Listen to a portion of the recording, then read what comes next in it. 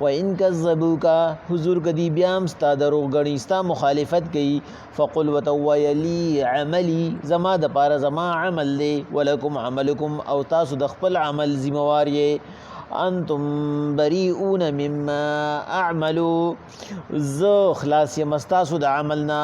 تاسو خلاص یې زما د عملنا وانا بریئ مما تعملون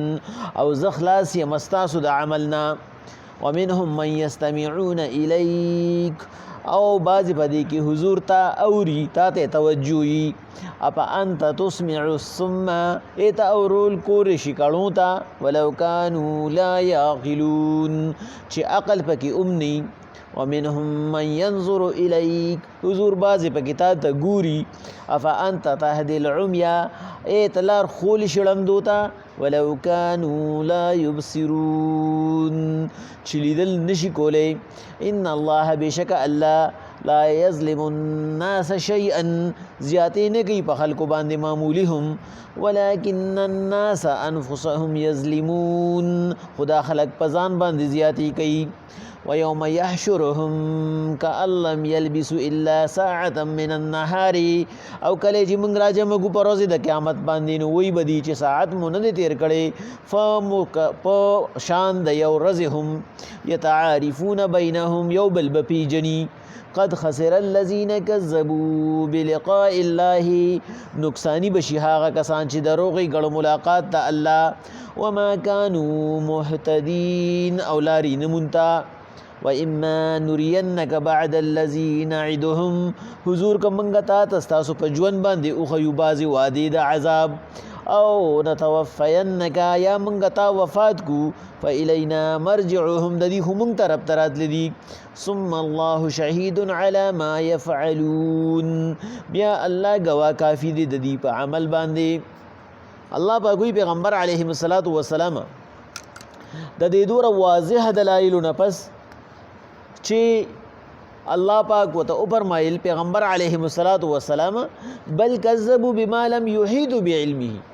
بلکې دی تکذیب زکه کوي چې دی عقل وته نه رسید الله پاک فیصلو ته دی عقل نه رسید بل ولما ياتيهم تاويله دی په انجام نه پوي یعنی په انجام نه پویدل څنګه دی لکه فرعون چې کله په خپل انجام پوي شو چې اوس خړو بیګما نو په هغه وخت کې چې کړي زګوري ایمان راوړم الله ودوی دي د انجام نه دی معلوم چې زمونږ د مخالفت بس مونږ ته سزا څنګه ملاوي نو دي ته دا پته نشته دي دا سوچ نه دی کړي د دې په عقل او په ګمان کې دا خبره ناراضي چې مونږ ته زمونږ د دین دروغ غنلو یو سزا ملاوي دن کې دا کدی ته پته ونه دی بم لګا د فرعون په شان ته چغي والی وي بیا دي ستا خبره باندې نه پويږي نو وته وایا وین کذبوک فقل لي عملي ولكم عملكم کدی بیا تا دروغ غني چنا د نبوت حق نه دی دا خبره حق نه دی زمونږ دا نظریات او زمونږ دا خبره حق دی نو ته وایا ټیک ده لی عملی ستاسو د پاره ستاسو عمل کافی دی فقل لی زما د پاره عملی زما عمل دی ولکم استاسو د پاره عملکم استاسو عمل دی انتم تاسو بریئون مما اعمل خلاص دا هغه کار نه چې کوم زه چې کوم دعوت چلوم زه چې کوم بلنه ورکوم زه چې کوم یو الله طرف ته راغوښتنه کوم د دې نه تاسو خلاصي وانا بریء مما تعملون زه تاسو د عمل نه خلاصم الله پاک ما تاسو زمانه دا تاسو نه گئی چې دی باندې دی ولې دا زورونه لګو چې ایمان وروړي الله ما ته وی دی صرف او صرف رسونه وکا ومنهم من يستمعون اليك حضور بعضی په کتا اوري استا محفل کې ناشتي متوجی ناستی او استاد ګمان راشي چې زما خبره کول او د دې دی کوپړې ته نه وتل یو دی بالکل تعالی مکمل توجه درکړي تعالی مکمل اعتماد درکړي حضور یو خبره ده اپا انت تسمع ثم تکونو ته ورول کول شي کور سړی بتا ته ډیر زیات متوجی ناستی کور سړی هغه بتا ته ډیر متوجی او بتا ته نه ګوري لیکن هغه اوري خو نه اخو صرف خپل ذهن کې یو څو خبرې محفوظ کړي چې دی بداوي بس په هغه باندې تا سر سنډي د هغه ستاغه خبر دغه ذهن ته نه گزيږي او بل کچري سلک غونته کې هغه اوریدل مو کې نو ولو كانوا لا يعقلون اگر چې هغه به عقل وي دغه دماغ کار نه کوي دغه دماغ ته خبره کوزيږي نه نو حضور د دې منافقانو د يهوديانو او د مشرکانو د درې وړه قسم خلک د دې مثال دغه کړو په شان دی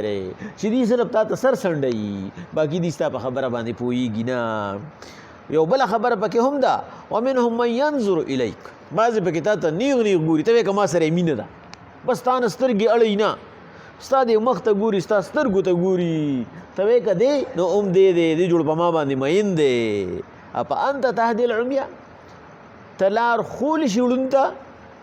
ولو کانو لا یبصرون چې د زړه سترګې هم ړند دي بعضې وړوند خو داسې چې هغه د زړه په هغه تکل باندې مشران وي هغه صحیح کارونه کوي مخامخ سترګې خو د هغه کار نه کوي خو د زړه سترګې کولی وي هغه ته د ګړی ټیم هم ښایي بعضې خلک الله وایي حضور دی هم په ظاهري ړاندري هم په باطني ړاندري نو داسې سړی که تا ته ډېر نیغ نیغ وګوري نو هغه ستا نه فایده نه شي اخیستی. ان الله بېشکه الله چې دی لا یظلم الناس شیئا په خلکو معمولي زیاتې هم نه کوي هغه د خپل مخلوق سره ډېره مینه کوي هغه د خپل مخلوق دپاره څه کارونه داسې وضع کړي دي چې هغه مخلوق د هغې نه فایده اخیستی شي. یعنې په دې عباسي دور کې یو بادشاه هغه په دې خپل عوامو باندې ډېر زیات مین یو پیرا په لاره باندې خیر غوښتونکي یو فقیر یو هیره ومونته جلال الدین رومي سے په خپل کتاب کې لیکلی دي دا حکایت یې راغستی دی و یو هیره ومونته نو یو زرګر لی وړه نه زرګر ورته ما سره خو د دې قیمت نشته دا خو تا ډېر قیمتي شی مونته دی یاره ته زمونږ د دارالحکومت کې چې کوم زرګر دی لوی هغه لی اوسه هغه لی وړه هغه ورته وایي د دې قیمت صرف بادشاه ورکولی شي دا زه نشم ورکولی بادشاہ لی وړه اوس که بادشاهان زمونږ د زمانې وي نو خو فقیر سړی چې کوم دی نه هغه خو په 1000 او په 2000 هم رضا کېږي هغه چې وکته نو هغه خپل وزیر له ورکړه ورته یې وی دا د هیرو او د سرو زرو ماهر له اوسه د دې قیمت چې د دې قیمت ولګي چې دا رسوره قیمت ته دا زما د رعایت غریب سړی دی چې د سره زیاتي ونی شي هغې ورته ووایي چې بادشاه ستا دا سلطنت چې څومره دی دا که ته ټول هم دله ورکړې دا د دین هم قیمتي ده دا ډېره قیمتي ده هغه ته ووایي بهی دغه شانتې چل دی بس د دې قیمت به تا ته میلو شي خو د دې قیمت باندې به زه سوچ بچار کوم نو دا به تا ته سبا میلوي سبا چې ته به کومه دروازه نه راځې زما د محل ټولې دروازې به تا ته سار وختي د ملا بانک مالک ولوي چې سارې مونځو کې راشه او دغه ته یې ووایي د وزیرانو ته بای حل به له سره وباسو اوس دا دومره قیمتي دی چې زما سلطنت پکې هم ځي او که زه ول دې سړي له چې کوم دی نو پیسې ورکوم نو ده سره زیاتې کېږي او که سلطنت ورکوم نه عوامو سره زیاتې نه اهله کس به راشي نه به ملک څنګه چلی څه حل راله راوباسئ هغې ورته بادشاه که چېرې دا ته د ده نه بغیر پیسو اخیستل غواړې د هغې حل هم موږ سره شته نه به ستا نه ناانصافي وشي او نه به دې تا ته خیري وکړي او دا به تا ته بغیر پیسو پاتې شي هغه ورته وایي د دې نه خو به یوه ښکلې خبره بله وي نه زه خو وایم چې ده ته خپل حق میلو شي هغې ورته وایي دی چې سار راشي ده ته خپل د محل چې کم کمرو کې ستا د ضرورت څیزونه دي او ورته خالي پرېږده دروازې ورته کوله وکړه او دا خبره ورسره وکړه چې بایي تر مازدیګره پورې تا ته اجازت دی چې ته هر څومره شي اوچتولی شي اوچت کا خو که د مازدیګر نه پس ته ما په محل کې لاندې کړې بایي هیره به زما او ټول څیزونه به ستا نه واپس الم مازدیګره پورې چې څومره سامان چلی وچلوه بس هغه ګیره وغوښته ورته یې وی ته چې سار له راځې که خیري که نه ملا بانک چې راشي تا ته به ټولې دروازې کولوي د بادشاه د ضرورت چې څه څیزونه دي په دې کې پراته دي او بادشاه وایي چې دی څه وړي ونیسي خو تر مازدیګره پورې به ورته ټیم وي د مازدیګر نه مخکې چې څه وړو عادت شو خو که د مازدیګر نه پس دی لاندې شي په دې محل کې بیا د دې هېڅ هم نه رسي با ورته وایي زما خوښه ده لاړو سړی ټوله شپه وي خو چې خدای پاکه څه به ترې راوړم کله به وي دا شی به ترې راوړم او کله وي دا به ترې راوړم او کله وي دا به بلا شي ټایم دی د سهار نه والې تر مازدیګره پورې دا ور دنیا ټایم دی په دې چل کې پې سار شو شپې رون کړه د سهار وختي لړ د محل دروازې کوله وي بس دی بادشاه خو جوړي شوي دي ما خو وایي که دوکه را سره کوي چې دی وي ورغې په ړومبنۍ کمره باندې پای کې د بادشاه د اغوستو کپړې پرتې وي بس وي ده به یو راغسته هغه به برابر به ځان شیشه کې به وکړو وی هغه به کې خو د بل به را واغسته بیا به شیشه کې بیا به بل به را واغسته بس خو د دنیا کپڑے د دنیا چې څه سامان خو پای کې پروتو او خو بادشاہ بس دغه پکې نه خوخې دی بس اخیره کې داس چلو کو یار دا خو ما باندې چې کم دین نور روخه دا خو لاټو لرس پاتې را نورې کمرې بم قتل غواړي بس یو جوړې واچوله راووته په بل دروازه باندې ورننه وته خو چې هغه بل دروازې ته دننه لړ نو په هغې کې د دنیا خوراکونه پراته چې په هغې کې هر قسمه خوراکو بس وې دی ورته ونښته خو غریب سړی خیر به یې غوښته کوم ځای کې داسې خوراکونه لیدلي وایي ځان یې بیا سم په بله واړو بلې کمرې ته ورننه وته په هغې کې د بادشاه د آرام ځای او په هغې کې بیډ او په هغې کې چې کوم دی نو ښکلې فومونه پراته بس وې دی پکې سملاسته چې بس نن مې ښه په ماړه خېټه خوړلې ده او دا خو لا ډېر وختي دی مازدیګر ته خو د دنیا ټایم دی او د بادشاه په دې محل کې خو بیا زه خوب نشم کولی راشه دی کې به لږ دمه شمه او چې راپاسمه بس بیا به وړمه بس وې سملاسته پکې سملاسته سترګې ورلې ښه دې د ټولې شپې روڼ کړې وه او د ټولې شپې چې کوم دی نه هغه څه ورته وایي هغه ټوله ستړې وه او ښه خوراک یې مې ورپسې کړی سړی چې ورپسې ځان موړ کړي بس ښه ښکلی خوب وله ورغی په دې کې چې کوم دی نو څوک راغله خپې وړه کوله راپیسه چې ده وکتو پولیس والا ورته یې پاسه دا کوم ځای کې ودی دا خو د بادشاه محل دی د بادشاه کمره ده ده ورته یې ماله وزیر اجازت را کړی دی هغه ورته وي ته راشه بهر تماشه وکړه وزیر تاله تر څه ټایمه پورې اجازت درکړو وی تر مازدیګره پورې هغه ورته وي د مازدیګر نور جارو تېرې اوس خو ماښام دی پاسه کني ګورې د ګرفتارۍ ډر دی چې بهر راووتو نور په پرېوتو بس په ځان یې راکېښودی هغه ورته وی که یو سیز دی عمره بار کو او اوړه دی بادشاه وله راغی وی که یو سیز دی عمره بار کو اوړه دی د دې ځای نه دی ایستی و نو کم از کم کور کې به د محفوظ خو پاتې شوی که نه خو ستا دومره لالچ وکړو چې تا هغه ارس دلته کې چې کوم دی نو ځان له جمع کول غوښتل په دې اسره کې پاتې شوې چې بهی رزله ډېره ده رزله پاتې را نو که دا یو شي ستا د محل نه را بار کو ځان له دې کېښودو هغه ستا و خو تا پکې ځان له د محل نه بار هم څه شی ونړو جلال الدین رومي صاحب وایي دکه د انسان دپاره د الله ر طرف نه مهلت دی دا زندګي ده چې په دې زندګۍ کې ولا الله پاک د دنیا اسایشات ورکړي دي خو د دې دنیا نه ځان له د آخرت دپاره ولېږه کور د آخرت کور دی چا ورته وي کور ته دې وسړو بس چې څومره دې کور ته وړه اخستا شو نو که دې نه تا لږ وموړل ځان له به دې ډېر څه جمع کړي خو دې وي ودرېږه دا کومه د الله قانون یې په ځای باندې پرېښي بس په دې کې دا چې مرګ پرې راشي غار څه دی نه پاتې شي الله پاک وایي ای زما بندګانو ولکن الناس انفسهم یظلمون تاسو په خپله په ځان باندې زیاتې کوئ ما دله پوره مهلت درکړي ما دله پوره هر څه درکړي زما ما دله درکړي دي او ځان له پکې زندګي جوړه کړې خو تاسو په ځان زیاتې وکړې حرص په مخه والې ویوم یحشرهم نو الله پاک وایي چې کله دا قسمه خلک بیا په ورځې د قیامت باندې راپاسو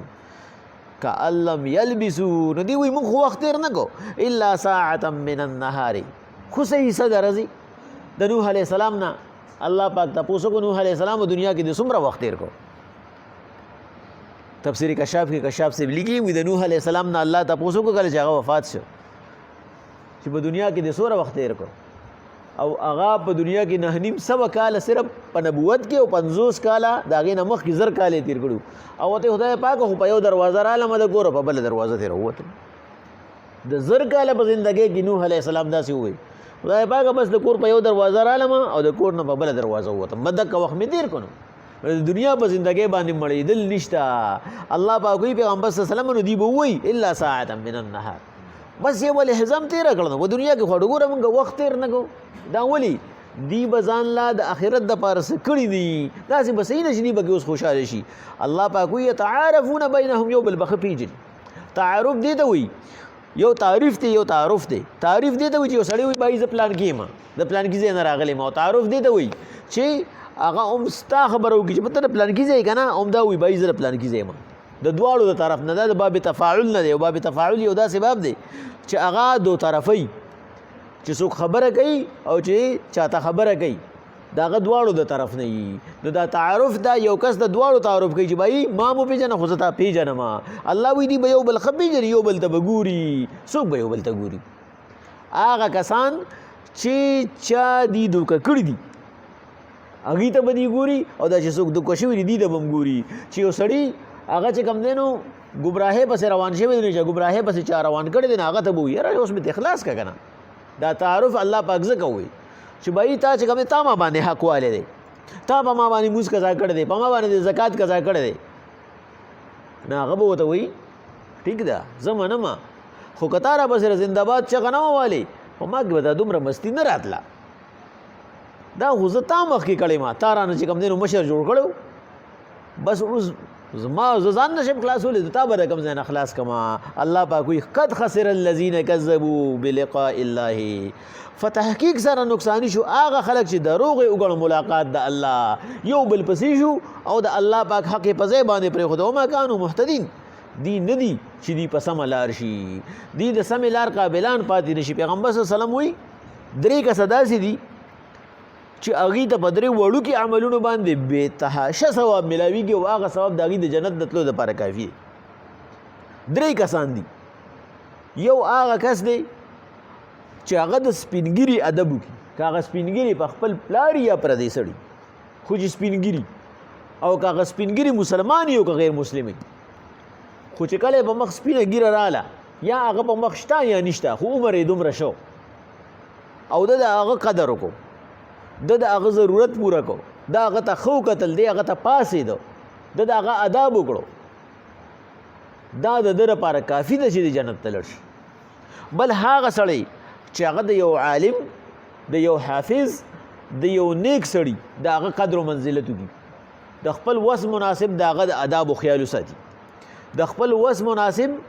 د هغه قدر و منزلت وکړي، هغه سره په ښه اخلاقو باندې پیش شي، نو دا د ده دپاره د دې خبرې دپاره کافي ده چې د جنت ته بوځي. او دریم هغه سړی چې هغه عادل بادشاه له سپورټ ورکړي، ظالم له نه، چې هغه د خلکو حقوق وي، چې عادل بادشاهي، نرم دله بادشاهي او هغه د عوامو په فیور کې او دی د هغه سپورټ کوي، دی د هغه قدمونه مضبوطوي. نو دا داسې شوه لکه چې دی د ټول مخلوق دپاره چې کوم دی کوشش کوي. دا درې واړه کسان چې دي الله پاک وایي بس د دې د دې خبرې ثواب د دې لپاره کافي دی چې دی جنت ته بوځي. الله پاک وایي پیغمبر صلی الله علیه وسلم وما کانوا مهتدین، چې کله دی دا کار نه کوي نو دی هدایت نشي مونته، چې دی په ښه او په بد کې فرق نه کوي. وإما نرينك بعد الذي نعدهم أو نتوفينك فإلينا مرجعهم. حضور یو خبره واوره د تسلی دپاره، پیغمبر صلی الله علیه وسلم ته الله وی خپل پیغمبر له تسلی ورکوي، دا چې کم کسان دا تاله ایزا درکوي یا د ژبې درکوي یا د لاسو درکوي یا په څه طریقه باندې تا تنګوي، که ستا په حیات کې موږ دې له سزا ورکو، په دې باندې آسماني قهر راشي یا ستا د لاسه په دې باندې زه قهر نازل کړم، یا ستا په حیات کې دې داسې پاتې شي زه وله مهلت ورکړم، نو ستا د وفات نه پس به دې کم خوځي فإلینا مرجعهم، ما طرف ته به راځي. یعنې پیغمبر صلی الله علیه وسلم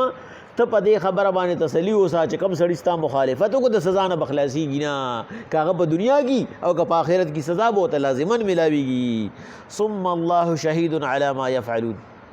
الله وی ما ته به راځي، نو ثم الله بیا الله پاک شهید کافي دی ګواه علی ما یفعلون د ده په کارونو باندې، که د ښه کار کړي که بد کاري کړي، د الله پاک سره د ده ټول د هغې شهادت د هغې ټول ثبوتونه دفتر ډک پروت دی. الله پاک براوالي، الله ته دې ضرورت نشته